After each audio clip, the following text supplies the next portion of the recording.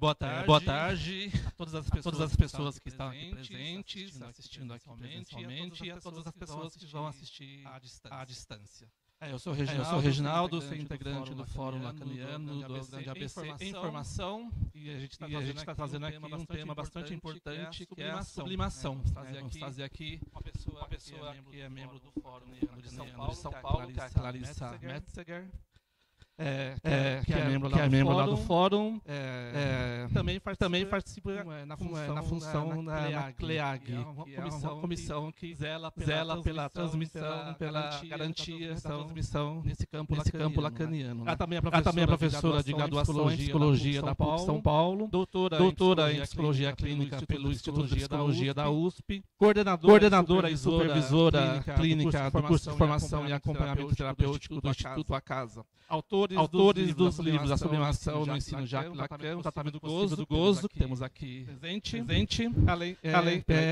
saiu pela EDUSP em 2017. Que foi finalista do Prêmio Jabuti na categoria Humanidades em 2018. Interessante. Também escreveu a Clínica do Acompanhamento Terapêutico e Psicanálise pela Alera Editora em 2017 e a Sublimação, Alera Editora em 2021. Então a Clarissa vai trazer para a gente esse tema importante da sublimação. No final a gente abre para as perguntas de quem está aqui presente e também do público que está à distância. Então, prazer em vê-la, prazer em você aqui com a gente. Vamos lá conversar sobre sublimação.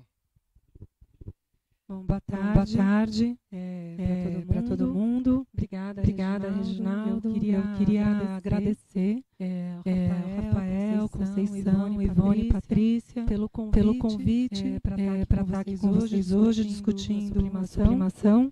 É um tema que eu gosto muito. A gente pode discutir a sublimação de vários ângulos diferentes. Eu pensei em fazer um percurso em que eu faço uma breve apresentação da sublimação de uma forma geral para falar especificamente da sublimação nos quadrângulos de Klein. Por quê? Porque me parece que isso ajuda a gente a pensar a sublimação como um operador clínico e não somente como a sublimação é conhecida por estar na fronteira do mundo das artes e da psicanálise. E não que isso não seja um bom lugar para a sublimação. Mas ela não é só isso, né? Então, por isso que eu propus, quando a Conceição entrou em contato comigo, por isso que eu propus que a gente falasse da sublimação a partir desse aporte dos quadrângulos de Klein. Isso vai exigir que eu faça um pequeno preâmbulo para explicar o que são os quadrângulos de Klein, como é que eles funcionam, para a gente poder entender o que é a sublimação nesses quadrângulos. Então, é isso que eu queria fazer com vocês aqui hoje. Tá? Bom, para falar da sublimação, a gente precisa relembrar, para quem não conhece, eu vou falar, pessoal, da concepção lacaniana da sublimação. Como vocês sabem, Freud propõe que a sublimação é um destino da pulsão, em Freud, um destino da pulsão que implica uma mudança de meta e de objeto. Uma meta sexual para uma meta não mais sexual, uma meta dessexualizada, e de um objeto sexual para um objeto não sexual, um objeto do laço social. Uma definição que tem seus problemas, que Lacan soube ler, e ele propõe uma outra abordagem da sublimação, na qual ele vai propor a sublimação como a elevação do objeto à dignidade das Jing, ou a dignidade da coisa. Então, para começar, é importante a gente circunscrever um pouquinho o que se trata quando a gente fala de das Jing, da coisa. Então, das Jing é uma expressão que Lacan pega, encontra no texto freudiano publicado póstumamente, Projeto para uma Psicologia Científica. E Freud se refere a das Jing para falar da mãe como objeto perdido. E o que Lacan vai fazer é tomar o objeto perdido como desde sempre perdido, né? Porque a ideia freudiana de que Das Jing, né, seria a mãe, em alguma acepção, dá a falsa ideia de que em algum momento já houve uma completude, né? E o que Lacan faz é sublinhar o aspecto de que o objeto ele é sempre perdido, né? O objeto ele se configura a partir da sua ausência, né? E, a partir daí, ele vai dizer, né, que Das Jing está no centro da constituição mesma do sujeito, pela via, ele toma de empréstimo de Heidegger, que a gente falava um pouquinho antes, né, Conceição, ele toma de empréstimo de Heidegger a metáfora do oleiro que molda o vaso, né, em torno do vazio.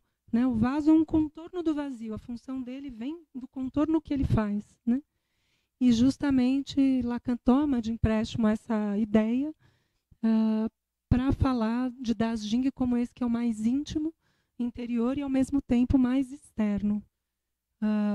E ao mesmo tempo estranho. Então, íntimo e externo ao mesmo tempo, ele cunha o termo estimo para falar disso, né? O mais interno e o mais estranho ao mesmo tempo. Então, Das Jing é esse real no centro da Constituição. Né? Então, Das Jing seria esse vazio constitutivo que, por um lado, funda o sujeito, é da ordem do real, mas dá as coordenadas do desejo, né? E dá as coordenadas do simbólico também. Então, né, fala aí de uma certa, de um certo bordejamento do real em relação ao simbólico, né, como indicando aí algo, né, das coordenadas do desejo. Né?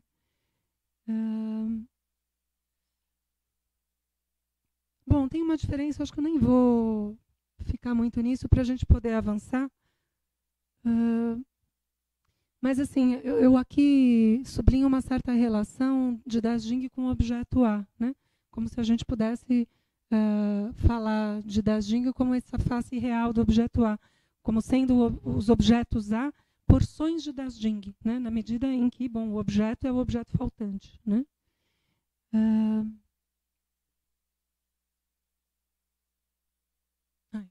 Passou. Um ponto que eu gostaria de sublinhar para vocês, antes de passar para os quadrângulos em si, é que a definição lacaniana de sublimação ela faz uma coisa que é muito interessante, porque um dos problemas da definição freudiana é como é que você vai pensar numa dessexualização da pulsão, sendo que a pulsão é ela mesma da ordem do sexual. Né? Então tem aí uma certa contradição. Essa é uma das contradições. Né?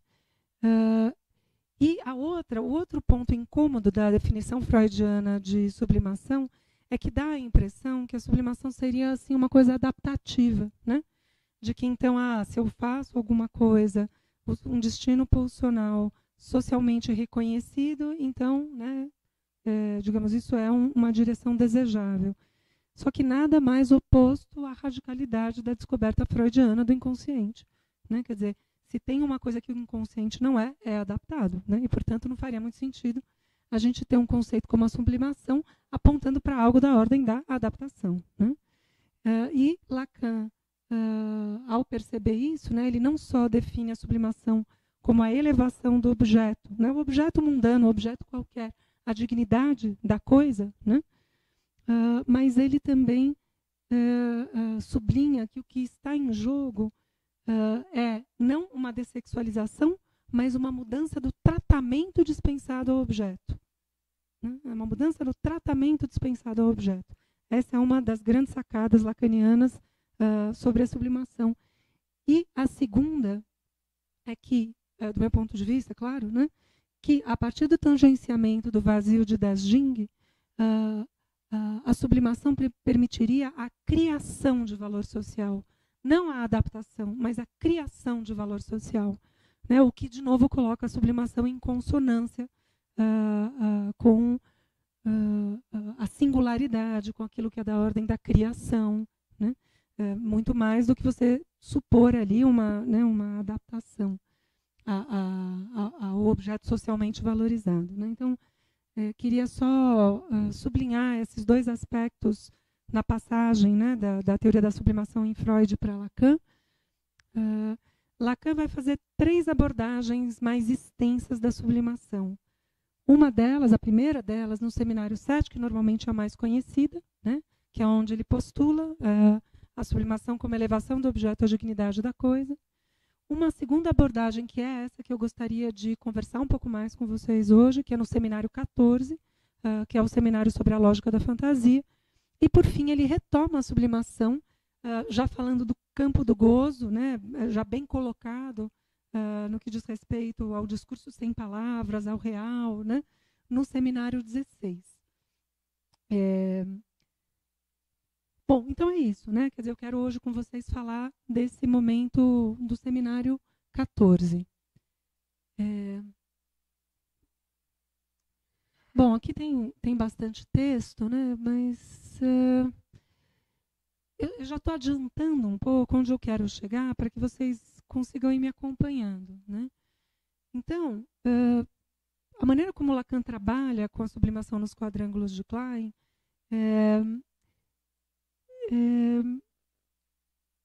pode ser faz com que a sublimação possa ser um produto resultante da saída da repetição, ou então o vetor que conduz ao ato analítico. Seminário 15, né? Estamos no 14.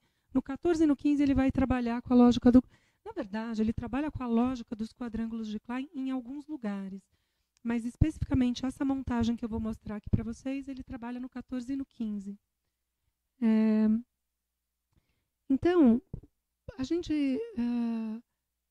a sublimação, ela é também, quando a gente fala da sublimação em termos da clínica, a gente pensa na sublimação como um ganho circunstancial do fim de análise, né? Porque, bom, então, né, se a gente for pensar, voltando lá para Freud, se a gente for pensar que o recalque, destinos da pulsão e seus destinos, né, 1915, quais são os destinos da pulsão? Sublimação, recalque, reversão no seu oposto, volta para o eu. Né? São os 4 destinos da pulsão. E a gente tem uma relação inversamente proporcional entre recalque e sublimação, né? Porque você tem lá um quanto de pulsão disponível, quanto mais recalque, mais sintoma, menos sublimação. Então você tem aí uma certa relação, né? E, portanto, se pensaria que, na medida em que se acaba uma análise, né, isso abriria campo para uma, digamos, para um ganho circunstancial de uma maior possibilidade sublimatória, dado um certo enxugamento do recalque que uma análise produz, né? Só que, além disso, ele, no resumo do seminário 14, que está nos outros escritos, a sublimação ela está construída como um vetor que parte da fantasia. O ponto de partida desse vetor é a fantasia, e ele conduz em direção a um vértice onde, aparentemente, a gente pode situar o ato analítico. Eu vou tentar mostrar para vocês por que é possível a gente pensar desse jeito. Então, veja, estou dizendo que a sublimação no seminário 14 ela pode ser tomada como um vetor, ou seja, como uma transformação, e como um produto. São 2 lugares diferentes que Lacan vai colocar a sublimação nos quadrângulos, e cada um desses lugares vai fazer com que a gente entenda um efeito diferente da sublimação. Tá? Pessoal, eu não falei, mas se vocês em algum momento quiserem, levantem a mão e eu paro de falar e a gente vai conversando. Né? Eu estou indo aqui na minha organização, mas eu posso muito bem parar e a gente pode seguir nas questões de vocês. Tá bom? Tanto em relação a quem está aqui com a gente presencialmente, quanto em relação a quem estiver online nos acompanhando. Bom, então... sim, diga, Rafael. Quando você fala, por exemplo, dessa compreensão freudiana da sublimação como algo mais adaptativo, a gente poderia pensar essa sublimação que é até colocada, está muito presente no senso comum, da sublimação, por exemplo, como algo artístico, um desvio socialmente aceito, algo nesse sentido, né? Legal, Rafael, bem por aí, né? Quando quando você pensa, né, nesse tipo esse exemplo clássico, né, então, eu estava vendo esses dias um filme no Netflix, agora não estou lembrando, infelizmente, o nome, mas é um filme sobre uma mulher totalmente desequilibrada, enfim, que está em vias de perder a guarda da filha. Acho que é um filme norueguês, talvez, ou dinamarquês, não tenho certeza. E ela decide fazer uma competição de esqui de 90 quilômetros. Né? Então, é bem essa pegada, né, de que a sublimação seria uma certa... claro, né, implicaria uma satisfação não diretamente sexual, né, uma certa postergação da satisfação em termos freudianos, mas adaptação nesse sentido. Né? Então, ela vai lá participar de uma corrida. Veja, não é que isso não tenha valor, né? Mas como é que a gente vai pensar que a sublimação é você se encaixar em alguma coisa que existe? Em termos freudianos, é isso. Né? Em termos lacanianos, o que eu acho muito interessante é essa ideia de que a sublimação cria um valor que não existia antes. Né? Quando a gente pensa, por exemplo, no Marcel Duchamp, né, aquele artista que colocou um urinol no museu, né, no MoMA, quer dizer, o que ele fez, ele criou, digamos, um valor social. Claro, esse ato, né, ele estava no bojo de toda uma discussão dentro da própria linguagem artística, né, do que é a arte, afinal de contas. Né? Mas quando ele faz, né, o urinol, esse objeto oco, né, que tem a sua função também pelo vazio, né? Quer dizer, quando ele perpetra esse ato de expor no museu um urinol velho, né, que é o que ele faz, ele inaugura, né, ele cria um certo valor social com isso. Né? Então, nem toda a arte é sublimatória também, se a gente for pensar, porque nem toda a arte cria valor social. Né? E nem toda a arte cria a partir do vazio, né, com essa alusão ao vazio.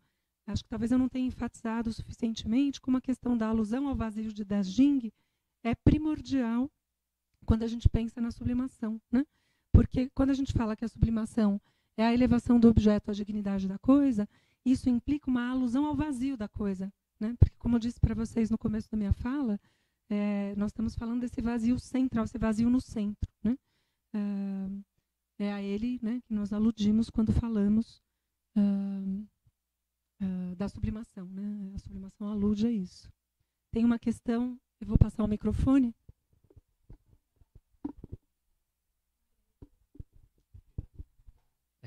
Boa tarde.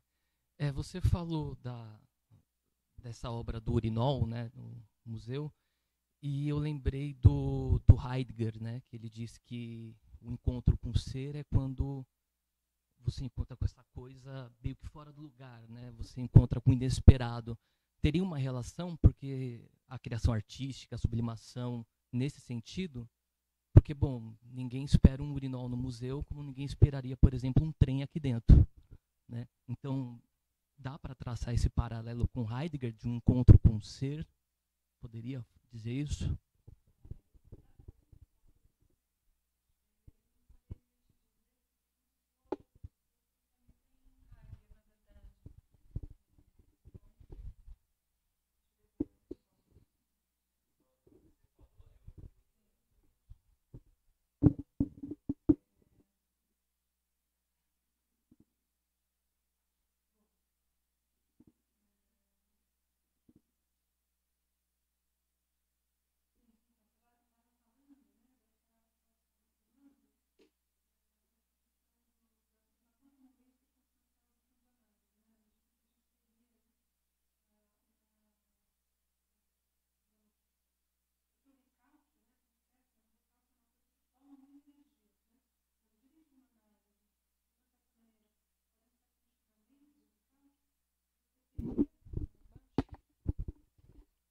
Melhorou?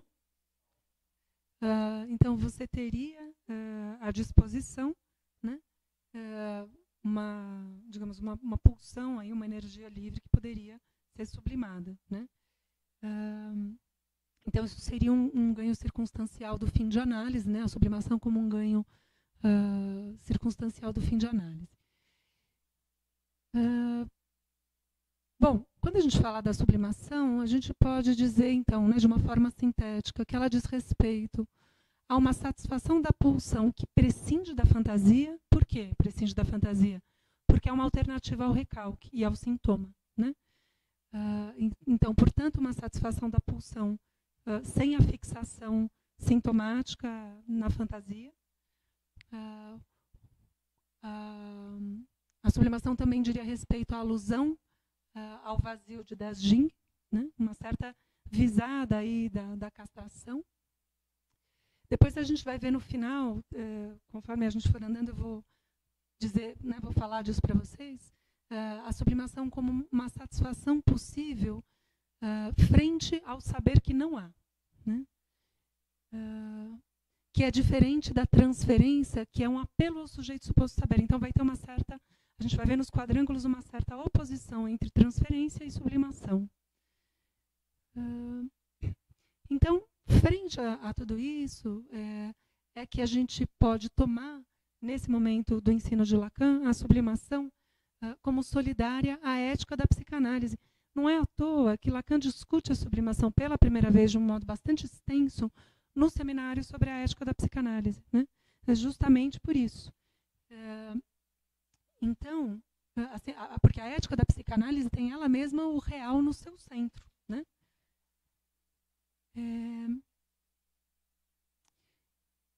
Enfim, no seminário 15, a sublimação aparece muito pouco, né? Então, essa realmente é aí a abordagem maior que a gente tem da sublimação, né?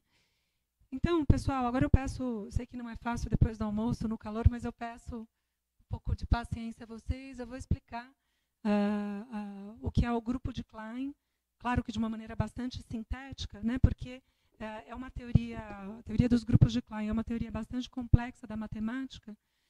Klein diz respeito não a Melanie Klein, mas ao Felix Klein, que é um matemático. Eu vou apresentar na medida que isso nos sirva para entender o percurso de Lacan, né? Então, nós temos uma representação, o pessoal que está aqui talvez não esteja vendo, mas nós temos uma representação no formato de um retângulo, né?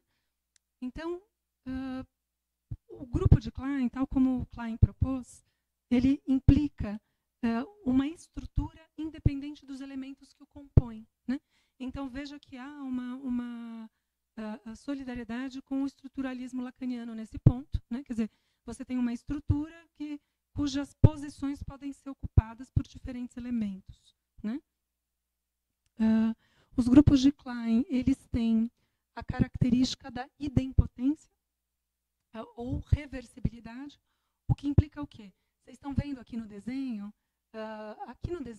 os elementos que ocupam o grupo de Klein são círculos e quadrados, né? Se vocês olharem, em cada vértice tem ou um círculo ou um quadrado, né? Então, você tem, por exemplo, no vértice, para quem está olhando à esquerda, no alto, você tem um círculo branco, certo? Cada vértice é um produto e cada vetor é uma operação. Então, partindo do vértice do alto à esquerda, nós temos um círculo branco. Passando pela operação A, pelo vetor A, esse círculo branco se transforma num quadrado branco. Ou seja, há uma mudança de forma, de círculo para quadrado, uma transformação. Se vocês me acompanharem do quadrado branco no alto à direita, passando pelo vetor B, ele resulta num quadrado preto. Então, o quadrado branco vira quadrado preto, uma transformação, né? E eu posso fazer também o contrário. Eu posso, do quadrado preto, passando pelo mesmo vetor B, transformar. A transformação B implica que o quadrado preto se transforma num quadrado branco, né? E, se vocês notarem, tem também um vetor diagonal que leva do quadrado branco ao círculo preto. Ou seja, nós temos aí duas transformações, de quadrado para círculo, de branco para preto, e vice-versa. Eu posso fazer esse caminho de ida e posso fazer esse caminho de volta, né? É isso que é a reversibilidade, a idempotência, né? Então, né, como estou dizendo, resumindo, né, cada flecha, cada vetor representa uma operação e em cada ângulo está inscrito o resultado de uma operação, ou seja, um produto. Né? Acontece que, para aquilo que Lacan quer usar, nós temos um problema com o grupo de Klein, que é a idempotência, a reversibilidade. Porque justamente ele vai usar esse sistema para falar de duas coisas. A lógica da fantasia e o ato analítico. Tanto a lógica da fantasia, que diz respeito à constituição de um sujeito, quanto o ato analítico, que diz respeito à passagem de analisante a analista no final de uma análise, são acontecimentos sem volta. Não se pode voltar atrás na constituição do sujeito, assim como não se pode voltar atrás a partir do ato analítico. Então, o que Lacan vai fazer? Como ele sempre faz, ele usa, né, aquilo que ele encontra da maneira que lhe convém para mostrar aquilo que ele precisa nos mostrar. Né? E assim, ele vai desdobrar os quadrângulos e retirar a idempotência, ou seja, ele vai formular quadrângulos unidirecionais. Eles só vão para uma direção. Então, aqui você vê, né, por exemplo, você fixa, Lacan fixou o início do quadrângulo aqui em X, e os vetores são unidirecionais, por exemplo, de X para P1. Né? Então, o ponto de chegada do primeiro grafo, que no primeiro grafo é P1, vai ser o ponto de partida do segundo grafo, P2. Né? Portanto, o canto quarto, né? Então, P1 e X' combina os produtos ou resultados de cada uma das operações do quadrângulo. Né? Então, em P1 eu tenho o produto desse quadrângulo e em X' eu tenho o produto desse quadrângulo. Né? Vocês vão ver que isso é importante, pelo que eu vou falar agora. Porque eu vou mostrar para vocês algumas modificações que ele faz no quadrângulo, incluindo alguns elementos, dentre eles a sublimação, né? No contexto da lógica da fantasia e no contexto do ato analítico. Tudo bem, pessoal? Posso seguir aqui? Deu para acompanhar? Então, tá bom. Que coisa estranha. Puxa. Bem esquisito isso. Pessoal, é isso aqui que tem lá, esse quadrângulo. Eu vou indo e voltando para tentar, conforme eu for falando de uma coisa, eu volto. Resumindo, é o seguinte, no seminário 14, pessoal, é um seminário que não tem publicado ainda. Então, a gente tem ou aquela versão do pessoal de Recife, que é uma versão bem antiga, ou o Staferlat, que eu não sei se vocês conhecem, em francês. E lá a gente vê que tem 2 quadrângulos. Aqui eu estou trabalhando com a sobreposição dos 2. No meu livro, vocês podem ver que tem os 2 separados e depois ele sobreposto. É a terceira parte do meu livro.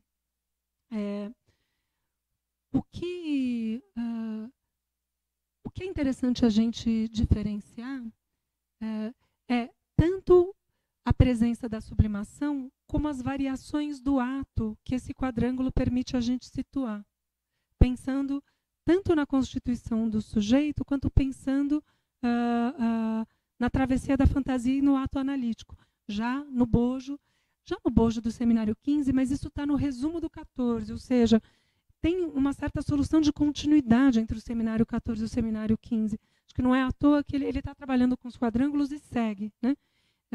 Enfim, tem isso, né, que a gente encontra. Eu não explico aqui nos slides, mas esses círculos que ladeiam o quadrângulo são os círculos de Euler. Quer dizer, o quadrângulo não foi suficiente para Lacan transmitir o que ele queria transmitir em termos do inconsciente, do isso, do não penso e não sou. O que ele faz? Ele, com esses círculos de Euler, ele opera uma negação do cogito cartesiano, que a própria psicanálise faz. Né? Sou onde não penso, penso onde não sou. Né? Sou onde não penso, o inconsciente. Né? Na verdade, né? Então, aqui deixa eu voltar para os slides, que eu acho que isso ajuda. Né? Então, o inconsciente aparece ali onde penso, onde não sou, né?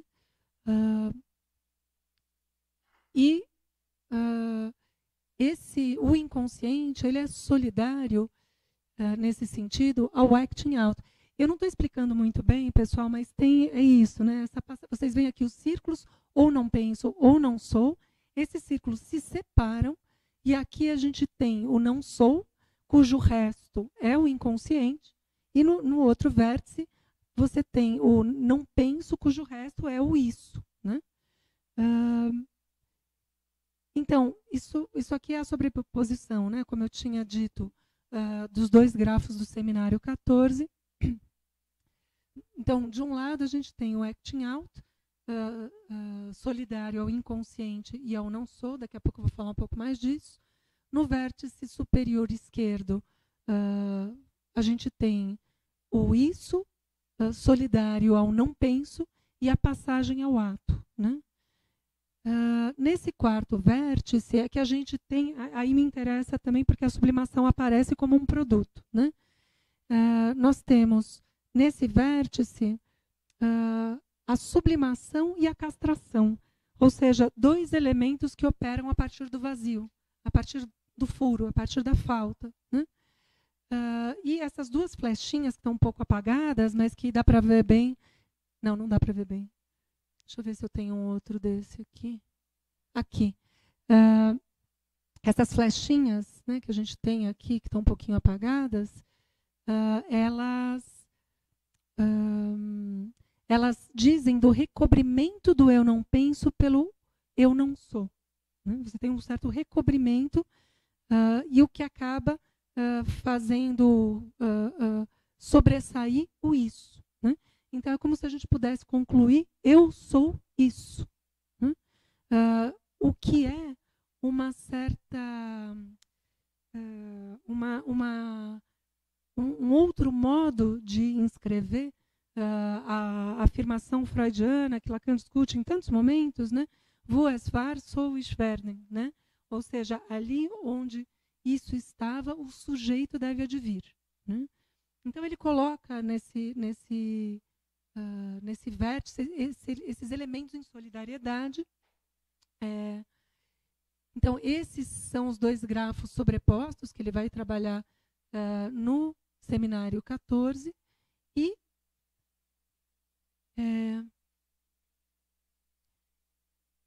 eu queria falar um pouquinho do acting out e da passagem ao ato, porque isso vai ajudar a gente a entender as mudanças de posição da sublimação nesse quadrângulo, como ele às vezes aparece e às vezes desaparece. Isso toma um pouco de tempo, né?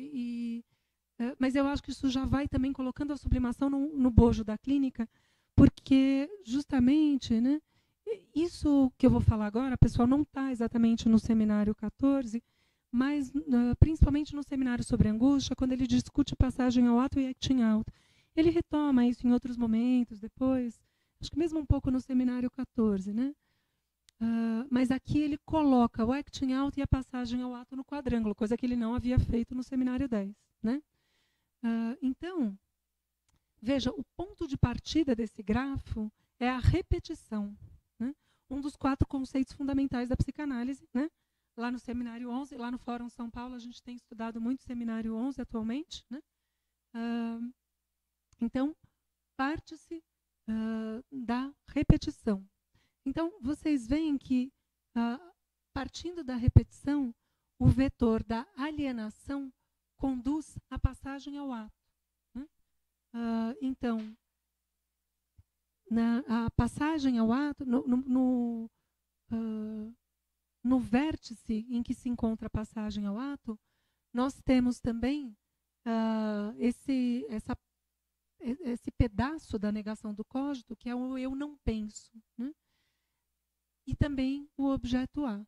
Ou seja, a passagem ao ato seria uma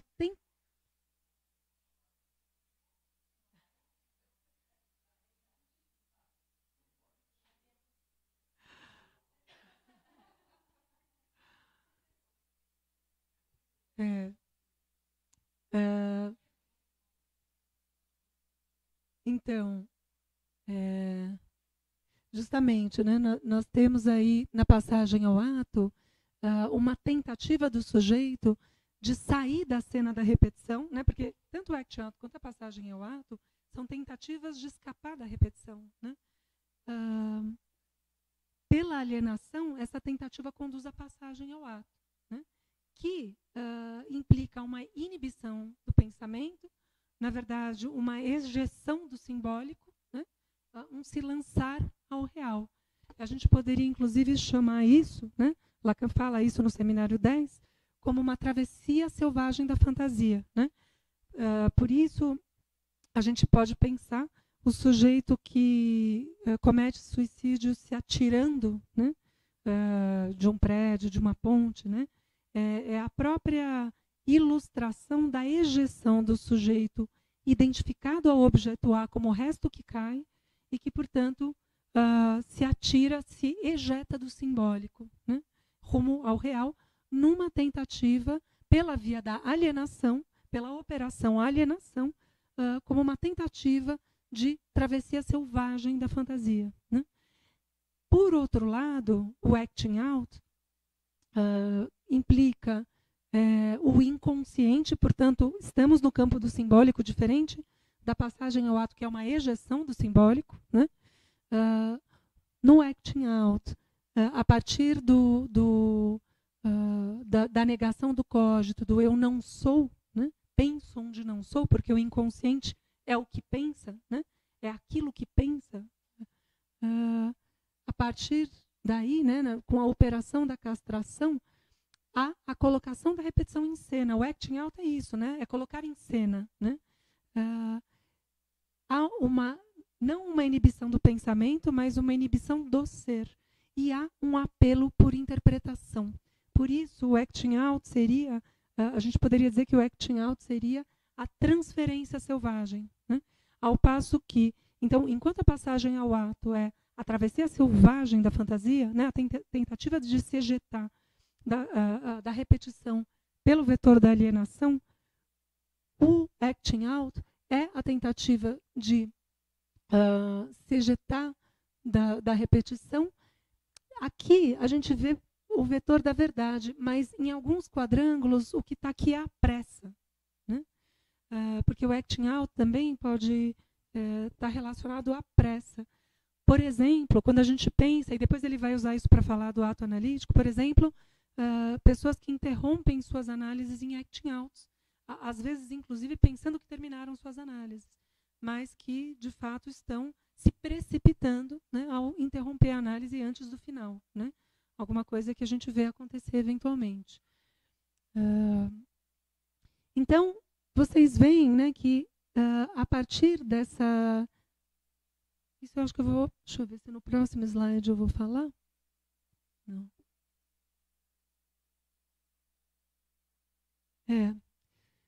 Sim, é isso que eu vou falar agora.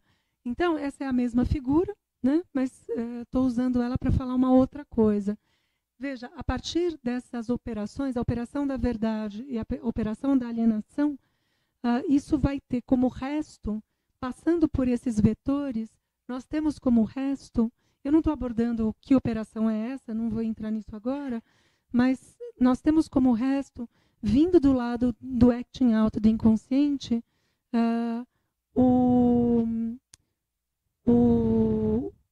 a castração como resíduo do eu não sou e o A como resíduo do eu não penso, o objeto A, né, esse resto.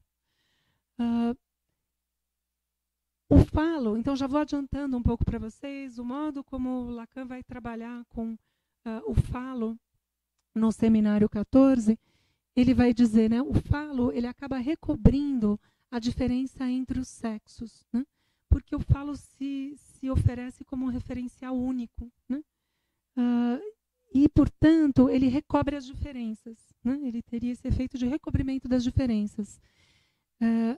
E a sublimação, nesse sentido, ela se apresentaria como uma possibilidade de alusão ao vazio sem o recobrimento das diferenças, porque aludindo ao vazio, né? Sem ter que recobrir. Então, veja, aqui eu estou falando do falo Mas, bom, daqui a pouco eu vou falar na vertente da castração. Pessoal, tudo bem? Posso seguir? Alguém quer perguntar alguma coisa? Tudo bem? Então, tá bom. Bom, então, o que a gente tem nesse vértice inferior da esquerda, né? Isso aqui, veja, não se preocupem, vocês veem que cada um é um pouquinho diferente do outro, não se preocupem tanto com isso, porque o que é mais importante é a gente seguir, né, essa operação da sublimação, que aqui, como vocês veem, é solidária, ela responde a uma lógica solidária à castração, né, pelo vazio que o estrutura. Então, a gente tem aqui, né, nesse vértice inferior à esquerda, a castração como circunscrição de uma falta que marca a incomensurabilidade dos gozos do homem e da mulher no ato sexual, que é uma coisa que ele vai trabalhar no seminário 14 e que vai acabar chegando lá nas fórmulas da sexuação, né? Então, a mulher que não existe, não há relação sexual, isso começa aqui no seminário 14. Quando ele fala dos gozos do homem e da mulher no ato sexual, ele não está falando dos gêneros, né? Ele está falando de posições de gozo, né? Acho que esse é um ponto importante. Então, nós temos, e aí ele vai dizer, né, da incomensurabilidade do objeto A, ou seja, de uma não proporção, né, com a unidade implicada pela conjunção de seres de sexo oposto na exigência subjetiva de seu ato. Empregamos o número áureo para demonstrar que ela só pode ser resolvida à maneira da sublimação, né, por causa dessa alusão ao vazio. Porque o que ele está dizendo? Que a complementariedade não existe, né? Então, que na relação sexual, o que está em jogo não é a complementariedade, mas é a tentativa de escamotear a ausência de complementariedade. Então, o que ele vai dizer é que a sublimação ela é uma solução para isso, né? Ela seria uma solução na medida em que ela não tampona a incomensurabilidade dos gozos, mas permite uma satisfação da pulsão. Esse é o ponto, né? Vamos lembrar sempre, e Lacan continua fiel à proposição freudiana, de que a sublimação é um destino da pulsão, uma possibilidade de satisfação da pulsão, né? Então, no seminário 14, ele vai situar o objeto A no mesmo vértice da castração e no mesmo vértice da sublimação. Ou seja, nós temos lógicas homólogas respondendo nesses três elementos, todas elas relativas a uma falta, certo?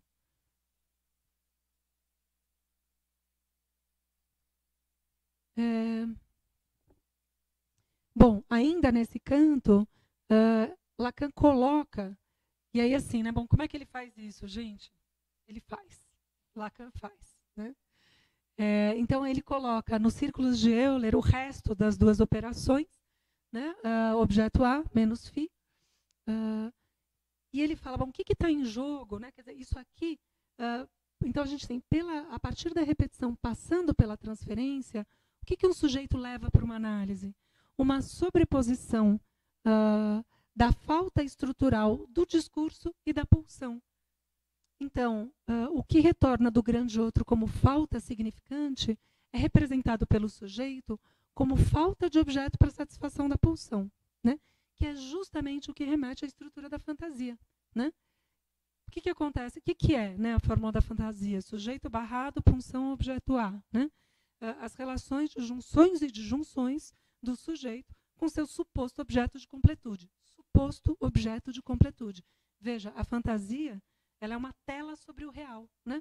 Ela se presta a tamponar o real, a tamponar essa incomensurabilidade, essa falta que é fundante e que não pode ser complementada por nada, né? Então, a fantasia funciona um pouco como essa, né? Lacan fala no seminário 10 também, como uma tela sobre o real, né? Então, veja que interessante, né? Ele vai transformar isso aqui, esses dois restos que estão, né, aqui numa análise, quer dizer, você parte da repetição pelo vetor da transferência, o que o sujeito vai fazer numa análise? Ele vai falar da sua fantasia, né? Do objeto que lhe falta. Né? Então, quando ele fala do objeto que lhe falta, ele fala de um objeto significante, como se esse objeto significante pudesse se sobrepor e, portanto, satisfazer a falta pulsional, essa falta no centro. Né? E é isso que um sujeito faz durante uma boa parte da análise. Né? O próprio trabalho da construção da fantasia é isso. Né? O sujeito dá muitas voltas em torno dessa tentativa de situar a possibilidade de completude. Né? Não deu porque eu não tive. Né? Então, coisas que a gente escuta em análises. Né? Bom, mas também com a história da minha família, é claro que eu não poderia fazer diferente. Né? O mito que o sujeito conta para ele mesmo de como ele chegou no ponto onde ele está. Né? Porque haveria, sim, um objeto de completude, eu só não tive acesso a ele. Né? Então, grosso modo, né, a gente poderia dizer algo assim. E aí, pessoal, eu tomo 2 comentadores que me ajudaram muitíssimo nesse trabalho, que é o José Atier, que eu estava relendo, não sei se vocês já viram um documentário que se chama O Encontro com Lacan. Acho que quem não viu vale muito a pena, tem no YouTube, do Gerard Miller, do irmão do Miller. E o José Atier é um dos entrevistados, ele foi analisante de Lacan. E a outra comentadora que me ajuda muitíssimo é a Graciela Brodsky, que é uma argentina, que tem um livro sobre, acho que as dimensões do ato analítico, muito bacana, eu recomendo demais. O do Atier é um texto num livro que a Maria Anita Carneiro Ribeiro organiza, que se chama Os Destinos da Pulsão. 2 livros muito bacanas. Esse é mais antigo, talvez um pouco mais difícil de encontrar. Eu trabalho bastante com esses 2 autores. Então, o Atier, né, isso aqui falando um pouco do modo como ele articula, né, ele fala, bom, tudo bem, né, a gente tem num vértice a passagem ao ato, no outro o acting out. Então, ele faz uma elaboração que eu acho muito interessante, que é o que a gente vê muitas vezes quando um sujeito procura análise. Né? Então, da repetição via alienação, o sujeito passa ao ato.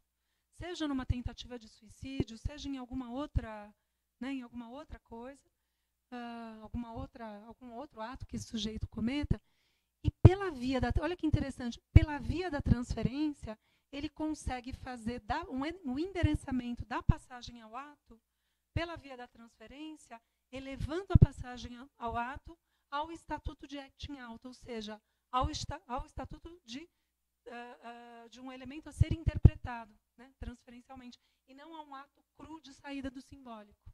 Né? Então, eu acho isso muito interessante para a gente pensar na clínica, né? Os casos que nos chegam, muitas vezes, logo depois de uma passagem ao ato, né? Na adolescência, que é muito comum. Né?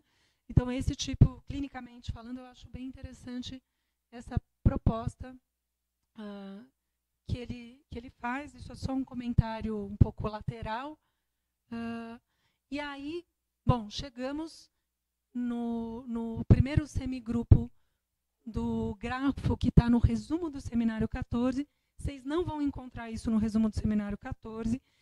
Você consegue construir esse grafo com a ajuda do seminário 14. Quem me ajudou a fazer isso foi a Graciela Brodsky. Né? Não está construído o grafo, é difícil, é um texto muito intrincado. Eu perdi a conta do número de vezes que eu li esse texto. Consegui, com a ajuda dela, chegar nisso que eu estou trazendo aqui para vocês. E que eu trago no meu livro também. Então, de novo, saindo da repetição, porque é isso, né? A repetição, pessoal, se a gente for lembrar, né, o toro do sujeito numa análise, né, todas as voltas que um sujeito dá numa análise, né, a própria constituição do sujeito é da repetição que se trata. Né? Esse conceito fundamental da psicanálise, é daí que a gente parte. Né? E nesse semigrupo, né, um semigrupo é isso, o semigrupo de Klein é esse unidirecional que Lacan constrói. Então, a gente vê que a transferência, partindo da repetição, a transferência que implica o quê? Que há saber, sujeito suposto saber, que há sujeito, né? Esse sujeito suposto saber da análise, ele escamoteia o vazio, né? Quando a gente se endereça ao analista, supondo nele um saber, é que a gente supõe que alguém sabe, há pelo menos um que sabe, né? Então, por isso, né, então tem um certo conforto nesse endereçamento analítico, né? Porque, bom, há uma suposição de saber. Justamente, o que pode acontecer é que a passagem da repetição pela transferência conduza à sublimação. Na medida em que a satisfação seria, a partir da dissolução da transferência, a satisfação possível frente ao saber que não há. Ou seja, uma satisfação possível sem escamotear o vazio que a transferência encobre. Então, o que a gente encontra, e eu vou mostrar o próximo semigrupo partindo do ponto onde a gente terminou aqui. Então, isso aqui é um impasse, né? O sujeito na análise, num certo momento, se encontra num impasse.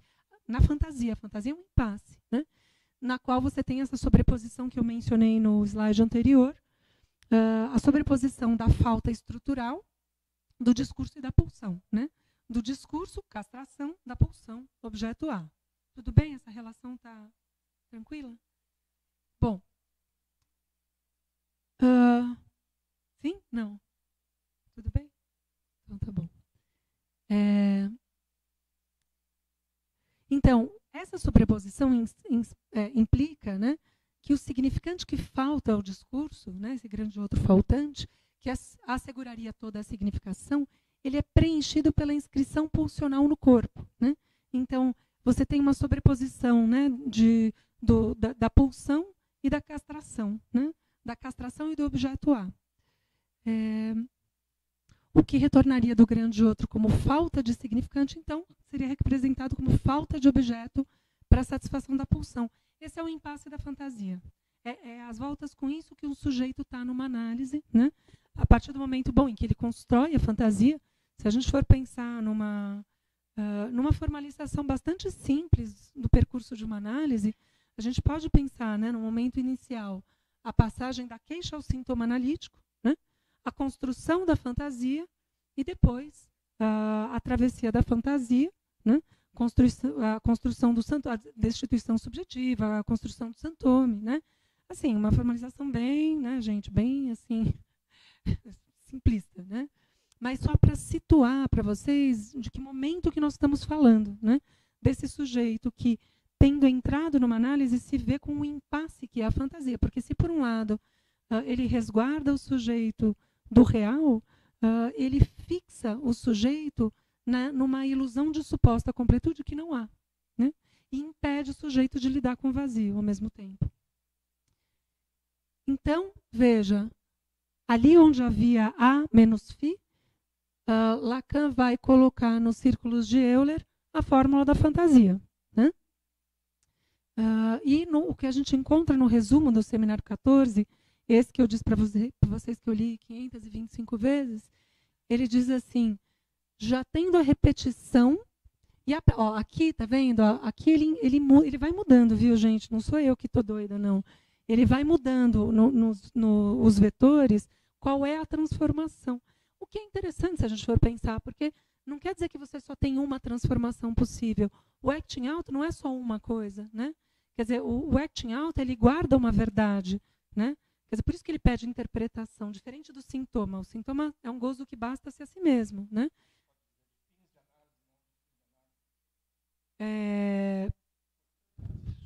Sim, podemos falar em possibilidades de fim de análise.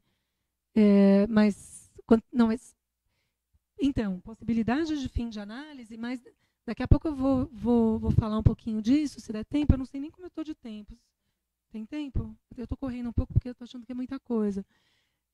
Mas ele vai falar das possibilidades, ele vai falar das falsas saídas do fim de análise e do papel que a sublimação tem aí, que é onde eu estou querendo chegar. Vamos chegar lá daqui a pouquinho. Então, ele vai dizer aqui, né, já tendo a repetição, aqui, partindo da fantasia, a repetição que leva ao acting out, Então, vê que mudou tudo, né? Aqui você sai não mais da repetição, mas da fantasia. E a repetição, que era o ponto de partida, virou uma operação. Então, a partir da fantasia, pela operação repetição, acting out. O que é o acting out? Se não uma repetição da fantasia que o sujeito não reconhece como tal, né? Por causa da verloinum em jogo no acting out.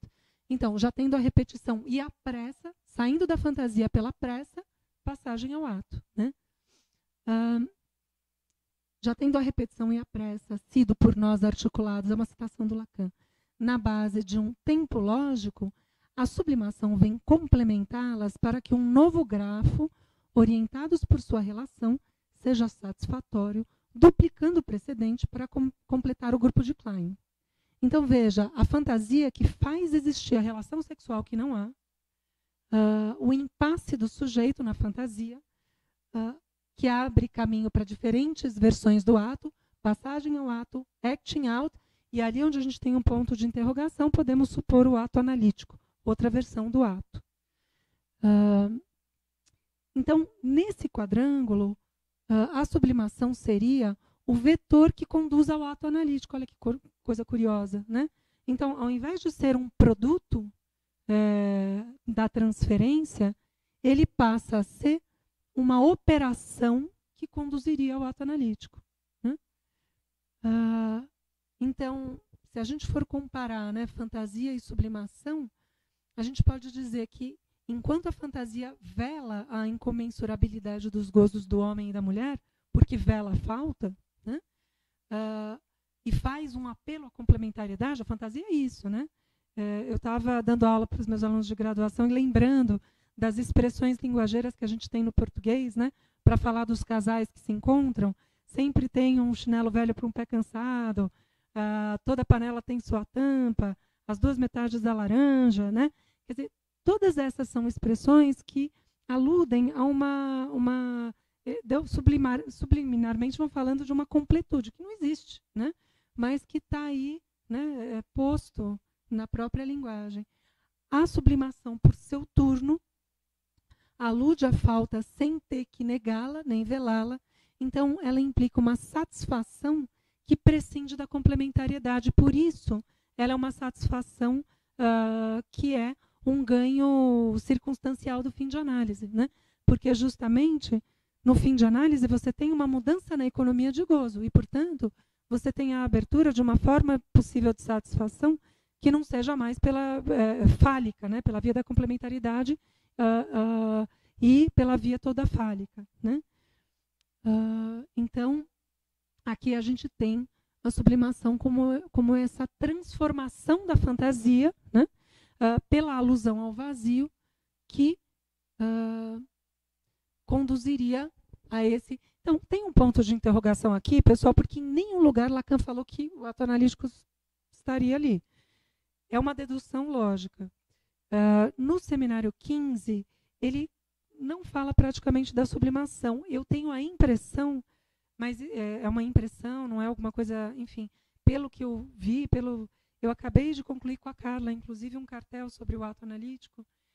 A impressão que eu tenho é que ele incorpora a sublimação no ato analítico depois. Por isso que ele não vai falar mais do ato analítico, mas isso é uma hipótese que eu tenho, alguma coisa que eu precisaria trabalhar, dar mais uma volta para poder fundamentar de uma forma mais rigorosa. Então, compartilho com vocês, por enquanto, mais uma impressão do que uma... né, alguma coisa assim. Enfim.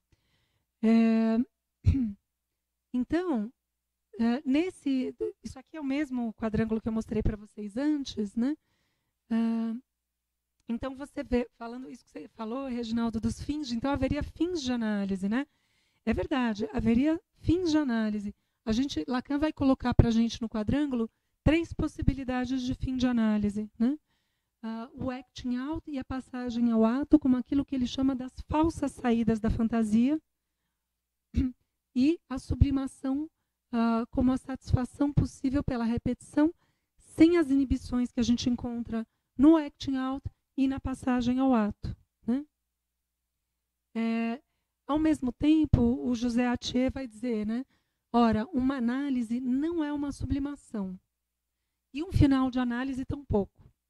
Eu acho que é por isso que Lacan abandona a sublimação, porque vai dando essa confusão, né? Às vezes a gente pode se confundir.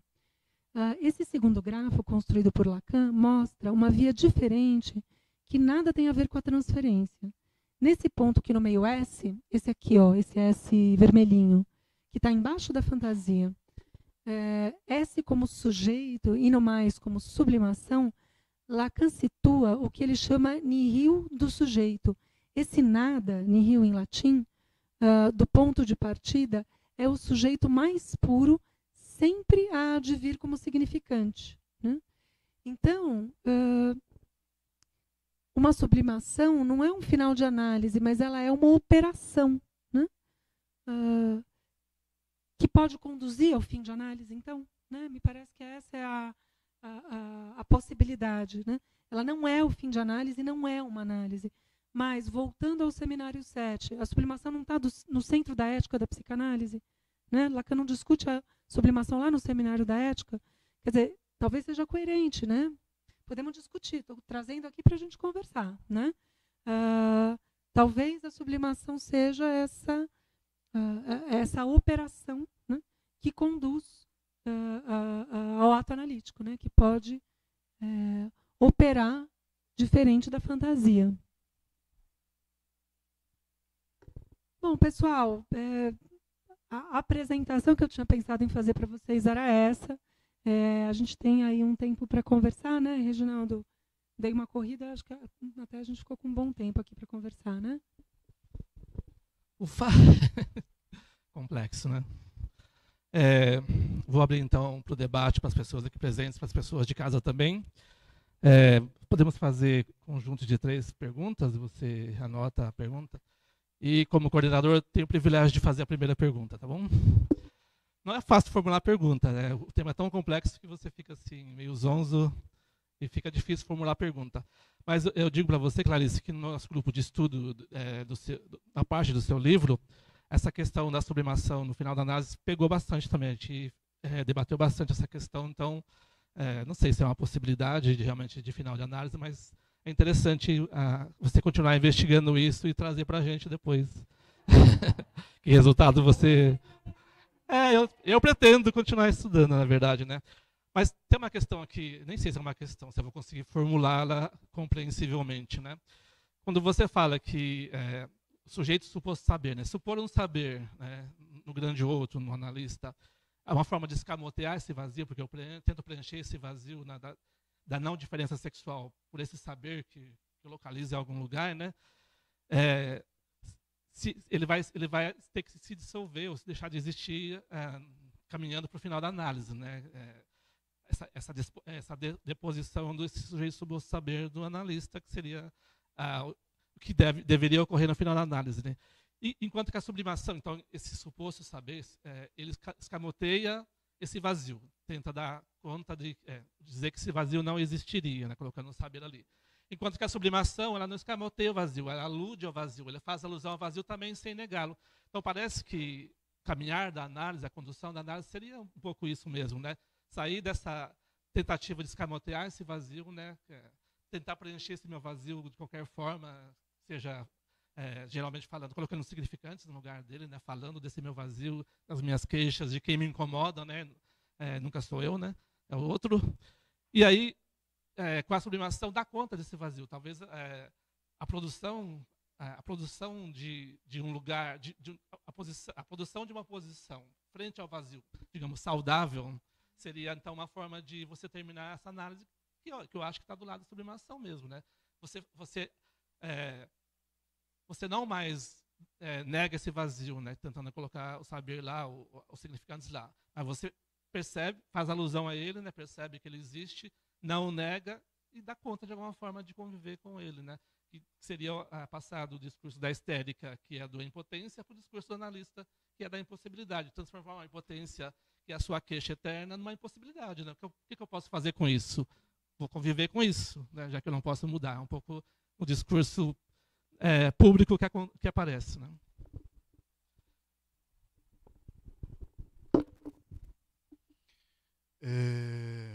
Clarice, a gente acompanhou, né, esse capítulo seu nos encontros, E aí, enfim, a gente vai sobrepondo questões e quando vê, a gente não consegue finalizar os capítulos, enfim. Eu lembro que eu percebi que tinha uma passagem que você destrinchava um pouco sobre a relação entre sublimação e o sintoma com TH. E a gente não leu essa parte, mas eu fiquei muito com essa dúvida.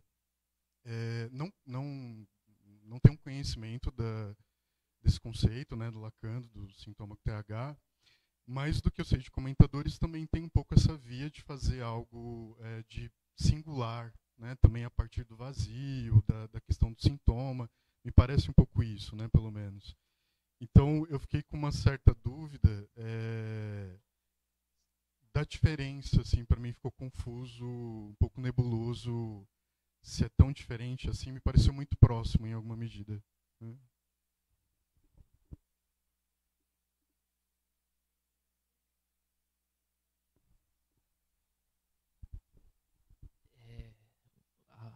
O meu é menos elaborado do que o deles, tá? Vinícius. Bom, sempre quando falo sobre sublimação, eu sempre penso no fazer artístico. Mais precisamente o fazer poético, né? Então, você falando assim, eu não entendi nada, né? Boiei, assim, várias partes. Algumas deu para entender, né? O gostoso é esse.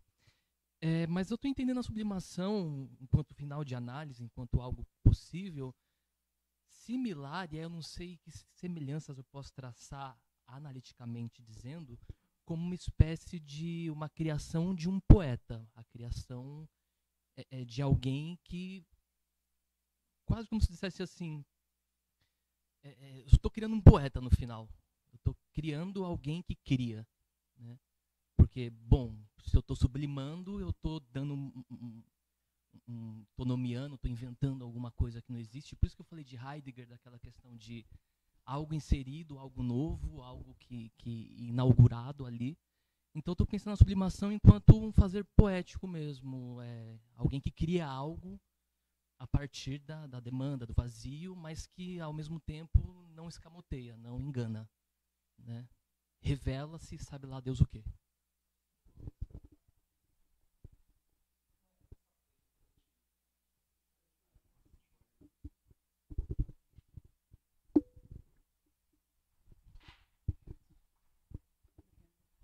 Bom, obrigada pelas questões. Cada uma delas que abre um campo vasto, né, gente? Claro que eu vou fazer só um breve comentário. Então, o Reginaldo fala dessa... Você retoma, né, Reginaldo fala um pouco dessa questão da sublimação e do fim de análise, né? E, na verdade, até pensando no percurso que eu fiz com vocês, né, acho que dá para a gente pensar na sublimação nesse campo do fim de análise, ou como essa forma de satisfação, né? Não sei se eu entendi bem a sua questão, se você quiser precisar alguma coisa que não fique contemplado na minha fala, fique à vontade. Mas que justamente a sublimação adviria da dissolução da transferência, né? Na medida em que cai o sujeito suposto saber, né, a sublimação abriria a possibilidade de satisfação sem saber, né? Na verdade, e talvez isso vá aí um pouco na direção do que o Vinícius trouxe, né, no sentido de criar algo quando não há mais nada a saber, né? Justamente porque se cai esse sujeito, se não há mais o que saber, né? Se cai o sujeito suposto saber da transferência, né? Bom, o que se pode fazer então, né? Tem que se criar a partir do nada, né? Agora, eu vou chegar na questão do Rafael, mas aí eu acho que tem uma precisão bem importante de fazer. Quando você falou do fazer poético, Vinícius, eu fiquei pensando, né, que, por um lado, eu fiquei pensando naquela frase do Lacan, quando ele diz, né, eu não sou poeta, sou poema, né? Porque ele está falando justamente desse fazer poético, né, do movimento do fazer poesia, né? Ao mesmo tempo, é importante a gente fazer uma separação entre as coisas, né? ainda que haja poética, né? Eu não sou especialista nisso, mas ainda que haja poética, né, na questão da análise, do fim de análise, uma análise não cria um artista, né? Esse é um ponto importante da gente lembrar. Quer dizer, por um lado, se no começo de uma análise você tem um artista cuja criatividade está inibida pela sua neurose, aí sim você vai ter, no fim de análise, um artista menos inibido, né? Mas quer dizer, uma análise, ela não cria talento onde não existe, né? Ela é uma possibilidade, né? A sublimação, ela é uma possibilidade de satisfação da pulsão, não necessariamente artística, né? Eu acho que a gente fica tentando separar uma coisa da outra, né? Quer dizer, então, o que é a sublimação para a psicanálise e o que é a sublimação, por exemplo, quando a gente pensa numa obra de arte, né? Então, a sublimação aqui é articulada ao fim de análise, mas a obra de arte não, né? Quando ele discute lá no seminário 7, Lacan dá como exemplo, era pós-guerra, né? Então, bom, poucos recursos materiais, Europa, terra arrasada, né? E o Jacques Prévert, que é, esse sim, um grande, né, poeta, fotógrafo, cara, eram multitalentos, né? Amigo do Lacan, e eles estão na casa do Prévert e ele faz, né, tem uma lareira, e ele recolhe inúmeras caixinhas de fósforos vazias e ele faz um contorno na boca da lareira, o oco da boca da lareira contornado pelo oco das gavetinhas das caixinhas de fósforos abertas, né? E ele faz uma obra impactante com tão poucos recursos, e Lacan usa isso como exemplo de sublimação, né? Então, quando a gente pensa na sublimação na arte, esse é um exemplo, né? O próprio Urinol do Duchamp é outro, né? Certamente a poesia traz inúmeros exemplos. Eu, no meu livro, uso uma discussão do Helena, né? Um documentário de 2013 para falar da sublimação, mas em todos esses casos, a gente está tomando a sublimação como um conceito psicanalítico que opera na fronteira com a arte, com a literatura, né? Que é um uso muito interessante da sublimação, né? Quer dizer, que ajuda a gente a pensar a psicanálise em extensão. Portanto, é muito legal, né? Por outro lado, o que eu estou tentando trazer um pouco mais perto, né, então, não menos importante, né? Não, eu queria dizer isso, não menos importante o fazer poético. Mas, por outro lado, a gente tem um aporte da sublimação que se separa desse, que é esse aporte da sublimação como uma operação de satisfação da pulsão sem ter que escamotear o vazio, como faz a fantasia e como faz a transferência. Tanto a fantasia do neurótico quanto a transferência, enquanto suposição de saber, escamoteiam o vazio, né? A sublimação não precisa escamotear o vazio e pode, inclusive, obter satisfação desse vazio, que é, né, aquilo que a gente fala do modo de satisfação no fim de análise, né, que diz respeito ao próprio percurso da pulsão. Não é mais a fixação da satisfação na fantasia, né? Porque a fantasia faz isso, ela fixa um modo de satisfação, né? A gente só consegue obter satisfação dos modos ligados à nossa fantasia, senão não, né? O que a queda da fantasia e a dissolução da transferência acarretariam seria uma possibilidade de satisfação da pulsão menos fixada, né? E, portanto, amplificada, né? Uma amplificação das modalidades de satisfação possíveis, né? Então, só para né, tentando bordejar assim, essa fronteira, né, disso que você traz, Vinícius, como o fazer poético e aquilo que seria da ordem do fim de análise, né? Você queria falar? E pensando aqui nisso que o Rafael traz, do sintoma com TH. Você sabe, Rafael, que eu pensava a mesma coisa, né? Por isso que eu fui estudar o Santome, porque eu fiz um cartel sobre o Santome em 2023, o produto do meu cartel, algo do Seminário 23. O Seminário 23 se chama O Santome, justamente. Não. E não, foi lá, acho que 2012, faz muitos anos. O produto, bom, né, do cartel, o produto do meu cartel é um capítulo desse trabalho, né? que é justamente esse, porque eu tinha essa pergunta, eu entrei no cartel com essa pergunta, bom, o que o Santome tem a ver com a sublimação, afinal de contas, né? Tem uma resposta muito simples, né? Um é uma amarração, o outro é um destino da pulsão, né? Mas, bom, então vamos pensar o que é, de uma forma bem sucinta, né? O que é o Santome? Mas, assim, gente, bem sucinta, né? Às vezes, a gente que é professor tem uma tendência, às vezes, a simplificar um pouco as coisas, né? Então, devo avisar que estou simplificando um pouco as coisas. Mas quando a gente fala do Santome, né? Lacan fala do Santome a partir do James Joyce, né? De uma solução, ele diz, o Joyce, ele encontra uma solução que prescinde da psicanálise, né? E aí ele vai trabalhar bastante, ele já estava trabalhando desde o seminário, desde o RSI, seminário 21, seminário 22, seminário 23, ele está trabalhando com os nós, né? E no seminário 23, ele vai propor o Santome como uma amarração dos 3 registros, uma amarração possível dos 3 registros. Então, a gente poderia, por exemplo, né, quem trabalha com psicose, eu não sei se tem alguém aqui que trabalha com psicose, mas quando a gente trabalha com psicose, a gente pensa uma diferença entre estabilização e amarração, né?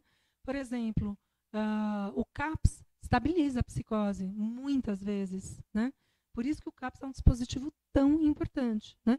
As pessoas às vezes falam assim, o cara está bem, por que ele continua indo no CAPS? O que muitas vezes escapa às pessoas é que ele está bem porque ele está indo no CAPS, né?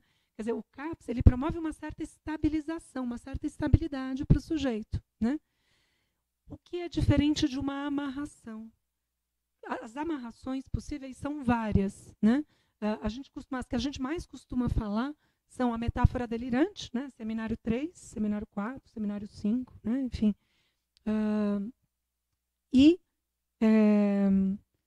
Existem outras, né? Mas aqui Lacan fala no seminário 23 é o Santome. O Santome seria uma amarração possível dos 3 registros, né? O nome do pai é uma amarração também, né?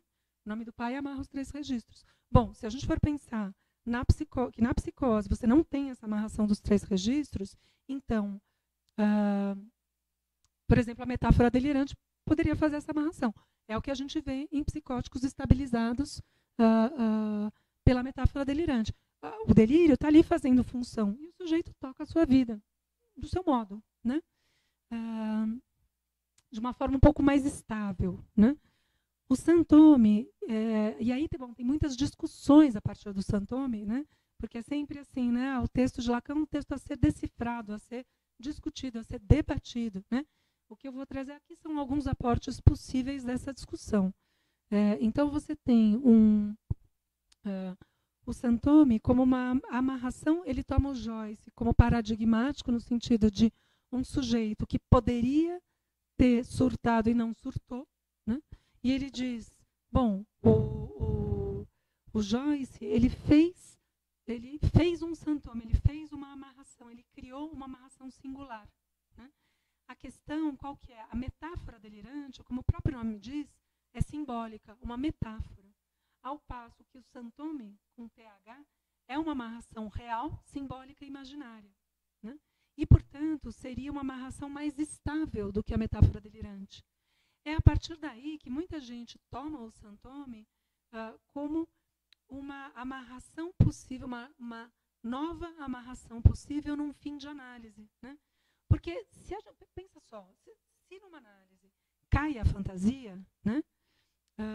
Se a fantasia cai, o nome do pai, o que acontece, né? Quer dizer, então, como é que fica a amarração dos 3 registros? Eu acho bem interessante essa hipótese, porque pensando na destituição subjetiva do fim de análise, que é o quê? O sujeito em crise, né? O sujeito maníaco-depressivo, como diz a Colette Soler, né? Quer dizer, o sujeito que está em vias de concluir a sua análise, ele vive uma turbulência, né? Então, faz sentido pensar que essa turbulência tem a ver com uma certa perda daquela referência que organizou o psiquismo dele por toda a vida, né? E que está se dissolvendo, né? Ou parou de fazer função. E nesse sentido, e aí eu falo de uma forma mais en passant mesmo, né? Mas interessante pensar que o Santome seria, no fim de análise, uma nova amarração desse sujeito que, tendo atravessado a fantasia, não pode mais contar com o nome do pai como amarração que organiza o psiquismo, né? Então, o Santome, nesse sentido, seria uma amarração. Onde entra a sublimação aí? A sublimação, ela não é um Santome, né? A sublimação, ela poderia estar, do meu ponto de vista, eu situei aí, né? Tem pouquíssima coisa sobre isso, pelo menos tinha na época que eu escrevi meu livro. A sublimação, ela pode ser uma estabilização, né? As estabilizações, elas são mais frouxas do que as amarrações, né? Porque as estabilizações, elas são... como é que é o nome disso? Elas são... É que é tão paradoxal de ser isso, né? Mas as estabilizações são instáveis, né? Porque elas são passageiras, né? Elas dependem de alguma coisa que pode não estar ali. Alguma coisa, por exemplo, o acompanhante terapêutico pode estabilizar um sujeito pela transferência. Mas não é que tem uma amarração, tem uma estabilização, né? Não é que é pouco num tratamento, mas é alguma coisa mais frouxa, mais instável, né? Então, a sublimação, me parece, poderia comparecer aí até como uma estabilização, mas nunca como uma amarração. Ao passo que o Santome, sim, seria uma amarração, né? Então, acho que dá para a gente pensar nesse campo, né? As diferenças entre Santome e sublimação. Não sei se responde. Hã? Acho que tem que falar no microfone para o pessoal escutar, né?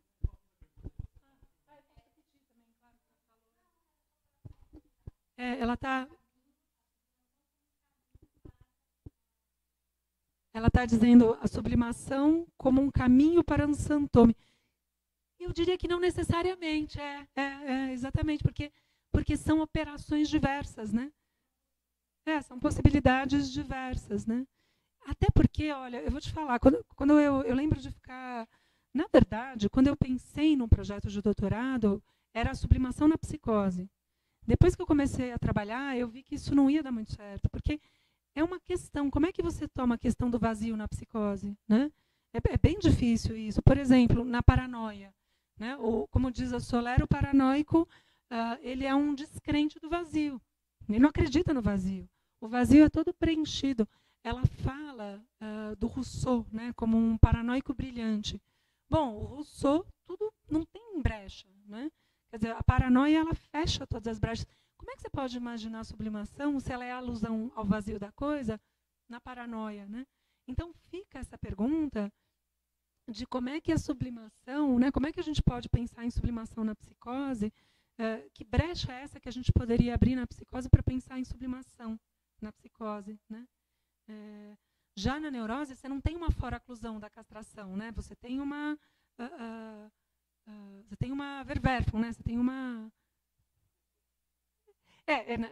acho que eu confundi as duas coisas, né? A gente tem um recalque, no caso da neurose, quer dizer, tem uma primeira inscrição da falta ali. Na psicose, não. Então, essa questão da sublimação, em termos teóricos, fica um pouco difícil da gente sustentar. Embora a gente tenha, por exemplo, a produção como do Bispo do Rosário, né, gente? E aí a gente pode se perguntar, bom, o que é essa produção do Bispo do Rosário? Onde é que sob qual égide a gente pode colocar a produção do Bispo do Rosário, né? Que tipo de produção é essa? É uma produção sintomática com TH? É uma metáfora delirante? É uma sublimação, né? Eu já vi, por exemplo, o Knetter trata como uma metáfora delirante, se eu não me engano, mas ele fala da possibilidade da sublimação também. Ele também me parece que inclui isso como uma possibilidade, mas é difícil da gente sustentar em termos teóricos, embora na clínica tenha certos elementos com os quais a gente se encontra que fazem a gente se perguntar, né? Bom, se isso não é sublimação, então o que é, né? Mas vejam que é um campo pouco explorado, né? Mesmo a questão da sublimação, não existe uma teoria da sublimação em Freud, né?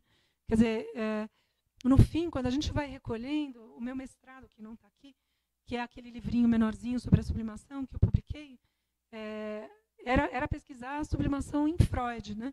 E você consegue recolher e deduzir uma teoria da sublimação em Freud, mas ele mesmo não fez, né? E o manuscrito da sublimação, né, que talvez tenha existido, se perdeu, né? Sabe-se lá se é que existiu, né? Lidamos com esse vazio da existência desse, né? E em Lacan também, né? A gente tem esses 3 momentos e estamos aí, né, tentando delinear as articulações com a sublimação, né? Enfim, já falei bastante. Vamos circular a palavra. Estava pensando aqui, mas só um pensamento, não é uma pergunta não, que talvez um ponto de ligação entre a sublimação e os sintomas seja fazer-se um nome, né? Talvez, que Lacan chama de fazer-se um nome. No final, a obra um pouco serve para isso, tanto Joyce como o Rousseau. E talvez alguém, um artista, em final de análise, talvez consiga fazer-se um nome nesse sentido, mas não é uma pergunta não. Você cita aqui que é o Pommier, que talvez tenha trabalhado mais essa questão da sublimação no final da análise, mas eu lembro que o Henrique Porges também trabalha um pouco isso, ele vai também nesse caminho, né? Então vamos abrir para mais 3 perguntas, eu vou usar meu privilégio para fazer uma delas de novo. De novo, não sei se eu vou conseguir me fazer entender, é difícil se fazer entender, né? Sem sentido caminha aí junto com o real, né? Eu queria saber a diferença do objeto na sublimação e na fantasia, porque na fantasia o sujeito está nessa posição de junção e conjunção com o objeto, e na sublimação é levar esse objeto ao estatuto de coisas, né, no lugar da coisa. Então, há uma diferença muito grande entre esses 2 objetos nesse sentido?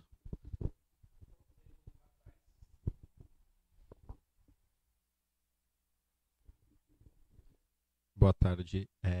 A minha pergunta, eu acho que não é bem uma pergunta, mas eu fiquei pensando em relação ao acting out que você mencionou, sobre a questão do suicídio.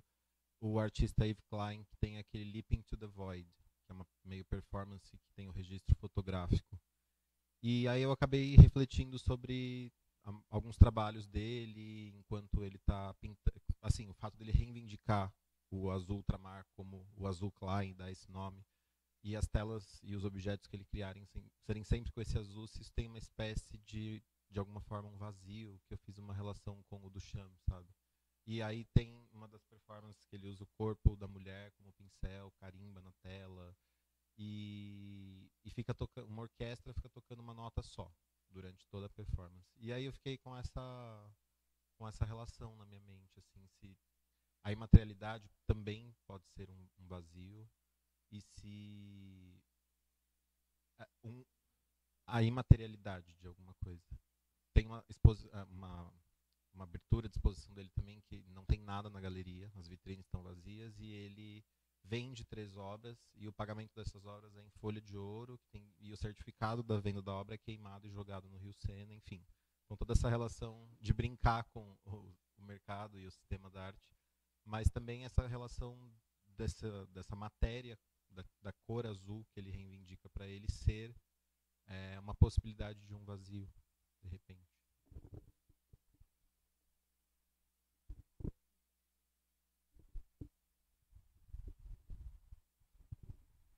Alguém mais?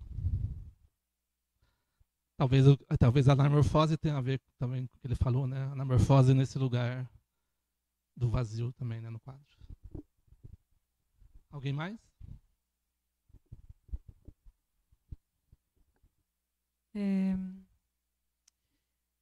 Olha, eu fiquei curiosa com o trabalho desse artista, eu não conheço. Bom, a gente ouve falar, né, da cor do azul, Yves Klein, tudo isso. Então, por isso, talvez eu tenha um pouco de dificuldade de responder à questão, né? Mas essa imaterialidade que você fala, né, é bem interessante. E uma outra coisa que eu achei muito interessante no que você falou, eu não conheço, fiquei curiosa de conhecer, essa coisa da mulher, né? Ele usa uma mulher como um pincel. No Seminário 14, o Lacan ele faz uma aproximação da sublimação com a mulher. Na verdade, ele faz uma aproximação da sublimação com a vagina como um órgão oco, justamente por causa dessa. Então, ele vai fazendo essas transposições, né? O vazio, a mulher, a vagina como um órgão oco, né? vai fazendo uma certa relação ali, né, entre esses elementos. E agora, pelo que você vai falando, né, pelo que eu consegui depreender, talvez seja um artista que de fato trabalha com essa dimensão, né, porque a questão é como, porque o trabalho dos artistas não é com material, né? O material ele só serve para, de alguma maneira, expressar o trabalho, né? Aquilo que eles estão pensando, é uma linguagem, né? Então, pode muito bem, e é por isso que eu acho legal pensar a diferença entre uma arte X, sei lá qual, e a arte sublimatória, né? Talvez não seja sempre arte sublimatória, não é toda arte que é sublimatória, né? Tem coisas que nem arte são, e talvez tenha arte. Por exemplo, quando a gente pensa na arte, está me fugindo o nome, né, desse período você falou da anamorfose, eu lembrei dessa época da Renascença, né, da precisão da reprodução, né? Onde está a falta aí? Não tem, né? Talvez, quer dizer, bom, tudo bem, você pega o Leonardo da Vinci, aquele quadro que aponta o dedo para cima, bom, você fala, bom, tem alguma coisa aí, o Rubens, né, com os embaixadores, né, a anamorfose, quer dizer, tem algumas possibilidades, né, mas você vê que isso é alguma coisa que você vai ter que pensar no caso a caso, né? Por isso que acho que você fez uma articulação, né? Eu estou entendendo que você fez essa articulação de que a sublimação poderia estar implicada nessa imaterialidade do modo como esse artista trabalha nessa performance, né? Que você disse é uma sala vazia, né? É interessante. Eu não conheço o trabalho, mas é interessante essa articulação, né? É o Jacques Prévert. Ele escrevia pequenos poemas, ele era fotógrafo também. E eu não sei se tem obras plásticas dele, tem essa que ficou famosa pelo Lacan, né, porque ele fala disso no Seminário 7. Mas ele tem muitos poeminhas dos anos 40, 50, assim, 1940, 1950. E o Reginaldo traz, né, Reginaldo, essa desculpa, deixa eu só falar mais uma coisa. Estava pensando, você foi falando do Yves Klein, eu comecei a lembrar da Marina Abramovic também, né, que tem o tipo de trabalho, né, um tipo de trabalho que, por exemplo, eu estava lembrando daquele que viralizou numa época quando alguém postou, porque ela virou super pop, né? Ela não era, mas virou numa época, né? Que era aquela performance que ela ficava sentada numa mesa e a pessoa vinha, qualquer pessoa vinha no museu americano, no MoMA, né? Vinha, ficava sentada na frente dela e ela não parava de olhar para a pessoa e não falava uma palavra, né? E aí fazem aquela sacanagem com ela de mandar o ex-marido dela, né? O cara que foi o grande companheiro dela, sentar na frente dela, né? E ela não abre a boca, ela se mantém fiel, né, à proposta da performance, né? Que realmente você fala, nossa, que coisa impressionante, né? Então, o artista está presente,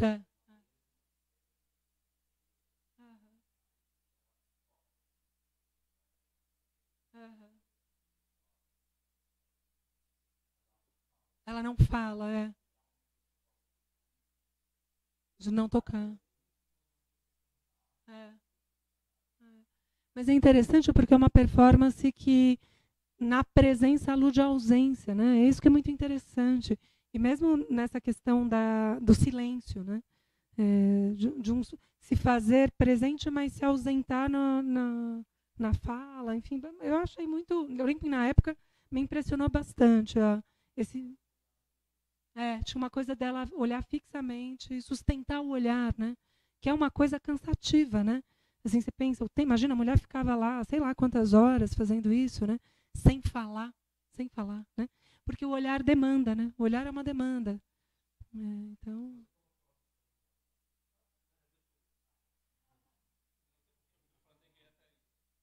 que a gente vai engatando na conversa, né? Talvez não seja sem relação com isso que a gente está conversando, porque é justo a pergunta do Reginaldo que ele trouxe, né? é sobre o objeto, sobre a relação com o objeto na sublimação e na fantasia, né? Bom, como é que a gente poderia falar da diferença, né? Porque você inclusive falou, né, Reginaldo, da fórmula da fantasia, né? O objeto está lá na fórmula da fantasia como aquele objeto em que se opera junções e disjunções, né, do sujeito barrado com esse objeto, né? Ou seja, o objeto, na fantasia, ele está exercendo essa função de completude suposta e ilusória ao mesmo tempo, porque, bom, o sujeito já é barrado, né? Então, essa função de tamponamento, né, do real. E na sublimação, o objeto ele é meramente contornado pela pulsão. É isso que a sublimação promove, né? É essa que eu acho que a sua questão veio porque eu falei dessa mudança, né? Dessa mudança da pulsão. Então, tem uma mudança na relação com o objeto, na fantasia e na sublimação. Enquanto na fantasia o objeto é objeto de completude, na sublimação o objeto é meramente objeto para que a pulsão o contorne, né? A gente pode lembrar do Lacan no Seminário 7, quando ele fala do amor cortês, né? Já que estamos falando da arte, da poesia, né? Ele diz assim, os antigos sabiam melhor que a gente sobre a pulsão, né? Por quê? Porque o amor cortês, o cara ia lá e elegia a dama, né? Quem era a dama? Era a mulher que passava ali, não sabia nada dela, né? E ele pegava e começava a escrever poemas de amor. O que deixa muito claro que não importa quem é a dama. Ela é só esse objetinho A que serve para a pulsão fazer o contorno e voltar para a zona erógena. Ou seja, o objeto é o que há de mais contingencial na pulsão e, inclusive, ele serve apenas para isso, né? Quer dizer, então, ele diz, bom, o amor cortês evidencia essa relação da pulsão com o seu objeto como uma relação muito contingencial. É esse objeto como poderia ser qualquer outro, né? Ao passo que, quando a gente pensa na fantasia, há uma fixação do objeto, né? Quer dizer, o objeto da satisfação ele fica fixado, você não tem muita liberdade, né? A neurose, no fundo, é isso, né? O que é quando Freud diz, né? O sintoma é a satisfação sexual do neurótico. Não é isso que Freud diz, né? Quer dizer, por quê? Bom, porque a satisfação está fixada no sintoma, né? E aí você tem todas as questões de inibição, sintoma e angústia do sujeito neurótico, né? Que o impedem de obter satisfação de outras maneiras, né? O sintoma e a fantasia ocupam um espaço muito grande na sua vida, né? Então, Reginaldo, eu não sei se responde, né? Mas acho que é por aí, né?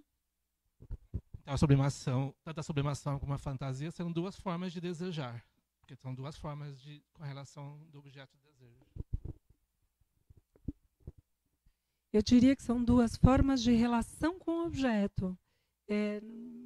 Não diria que são duas formas de desejar, pensando o desejo, né, como o puro movimento na cadeia significante, né? Quer dizer, como essa metonímia na cadeia, né? Mas que seriam modalidades diferentes de relação com o objeto, né? Mas pensando nisso que você traz do desejo, né, que é interessante a gente pensar que o desejo na fantasia ele também está paralisado muitas vezes, né? E a sublimação permitiria uma fluidez do desejo, né? Ao invés da fixação da neurose. Interessante né, quando você traz a questão do desejo aí. A gente tem mais 5 minutos. Acho que cabe. Se alguém tiver, além dele, vou passar para você, mas se alguém antes dele tiver alguma pergunta, eu dou prioridade, porque ele já fez uma, né? Quer fazer o comentário? Então, Rafael e depois o... Dá 5 minutos. E aí você também...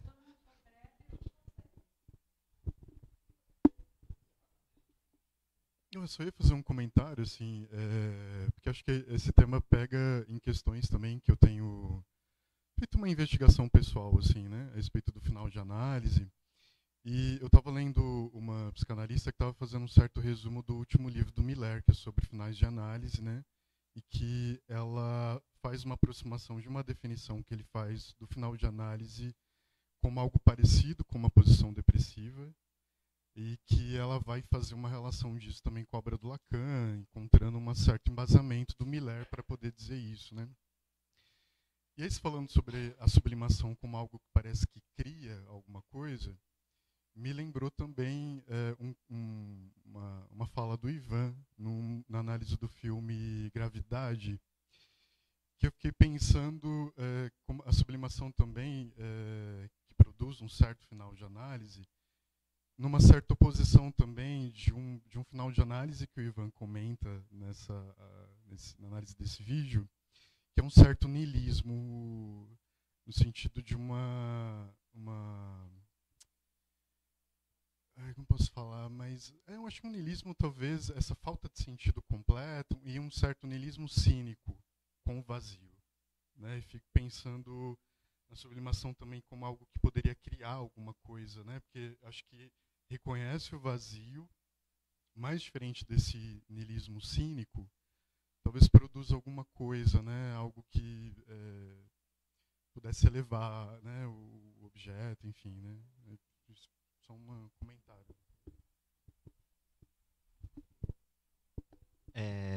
Você falou sobre o Seminário 14 e a relação que o Lacan fez com a vagina como esse objeto, esse oco. Eu me reconheço como uma pessoa não binária e eu estou numa fase neurótica, mas eu me reconheço também como artista. E eu trabalhei muito, assim, eu fiquei orbitando muito a relação do ânus, do cu. E aí eu fico pensando nisso que você falou, como se colocaria nessa relação dicotômica, né? Pênis, falo, nesse lugar de preencher, né? de ocupar, enfim.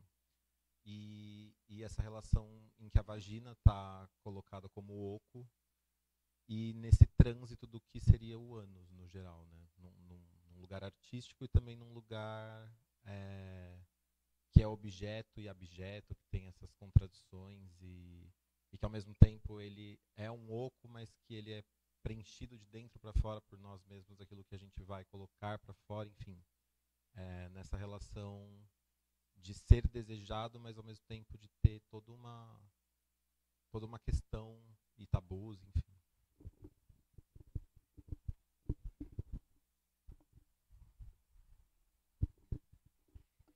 Primeiro eu queria dizer que eu achei muito interessante essa articulação, Rafael, da questão do risco, né, do fim de análise cínico, que é um risco, né, e que me parece, articulando um pouco com aquilo que a gente discutiu aqui, é correlativo, né, talvez, a essa saída da análise pela pressa, né, via passagem ao ato. Né, quer dizer, o sujeito que deixou cair a relação com o outro, mas não construiu nada a partir daí, né? E essa articulação que você faz da sublimação, achei muito interessante né, essa uma certa contraposição aí entre a saída cínica e a saída sublimatória como possibilidade de criação a partir do vazio, né? E não de cinismo a partir do vazio, por exemplo, né? Ou depressão a partir do vazio, né? Bem interessante. E em relação ao que... Desculpa, eu não sei seu nome. Hã? Conta. A partir do que Conta fala, né? Você sabe que eu estava pensando, né, te ouvindo falar, pensando que essa metáfora do vaso, Conta, é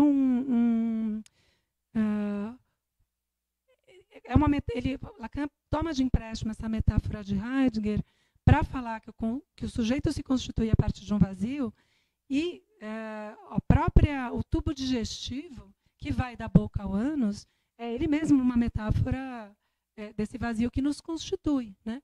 A gente fica preenchendo e isso não cansa de se esvaziar. Quer dizer, no fim das contas, é um oco em torno do qual a gente se constitui. Porque Lacan ele faz essa coisa que soa às vezes até meio crua, né? Mas ele vai tomando corpo para falar fazer uma certa alusão para essa constituição do psiquismo, né? Algo um certo paralelo entre a constituição do corpo e a constituição do psiquismo, né?